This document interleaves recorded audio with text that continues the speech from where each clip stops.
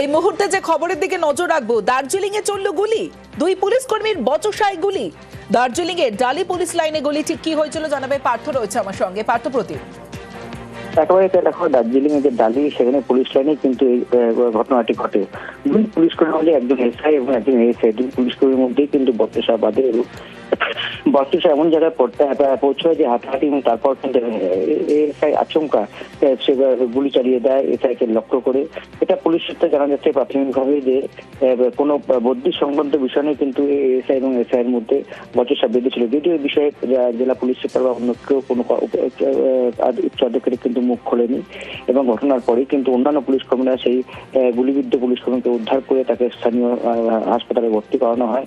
তার অবস্থা স্থিতিশীল। তো অন্যদিকে অভিযুক্ত যে এএসআই উমেশ শেট্টি, তাকে কিন্তু গ্রেপ্তার করে সদর থানা পুলিশ, এবং আজকে দার্জিলিং আদালতে তোলা হবে। তাকে পুলিশ হেফাজতের নির্দেশ দিয়েছে আদালত।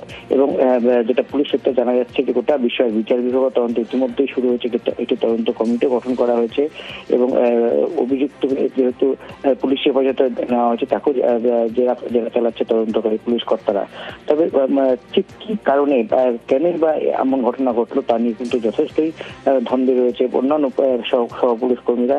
প্রাথমিকভাবে আমরা পুলিশ থেকে জানতে পেরেছি যে বদলি সংক্রান্ত কোনো বিষয় নিয়ে এই এএসআই এবং এসআই এর মধ্যে বচসাবাদ, এবং তার ফল শেষ পর্যন্ত গুলি চালানোর ঘটনা ঘটে। যা সাম্প্রতিক অতীতে কিন্তু জেলা পুলিশ ক্ষেত্রে এমন ঘটনা সামনে আসেনি, এমনটাই জানা যাচ্ছে। পার্থপ্রতিম, একটা বিষয় যে বদলি সংক্রান্ত বচসা এমন কি হলো যেখানে গুলি চললো এবং যেখানে এসআই আহত হলেন? তারপরে দেখা যেতে পারে যে আরো অফিসেই কিন্তু কর্মরত ছিলেন এই দুই পুলিশ কর্মী, এসআই এবং এসআই, এবং সেখানে সম্প্রতি আমরা জানি যে জেলা পুলিশের বেশ কিছু এসআই এবং এসআই পদে কিন্তু রদবদল হয়েছে।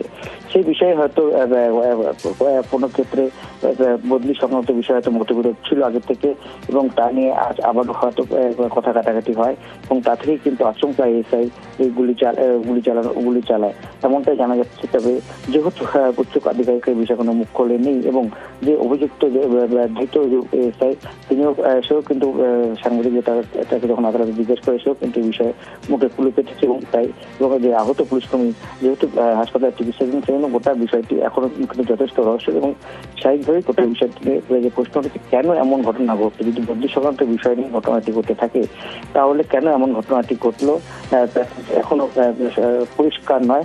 এবং স্বাভাবিকভাবেই যেহেতু বিভাগীয় তদন্ত শুরু হয়েছে, এবং অভিযুক্ত দ্রুত পুলিশ হেফাজতে পেয়েছে, এবং তাদের জেরা করে গোটা বিষয়টি সামনে আনতে চেয়েছে, এবং যে কমিটি একটা গঠন করেছে, সেই কমিটির সদস্যরা কিন্তু যে আহত যে এসআই রয়েছে তার সঙ্গে হাসপাতালে গিয়ে কথা বলে, তবে যেহেতু তার অবস্থা স্থিতিশীল, তার সঙ্গে কথা বলে গোটা বিষয়টি একটা কনক্লুশন আনতে চেয়েছে তদন্তকারী কর্তারা। বেশ।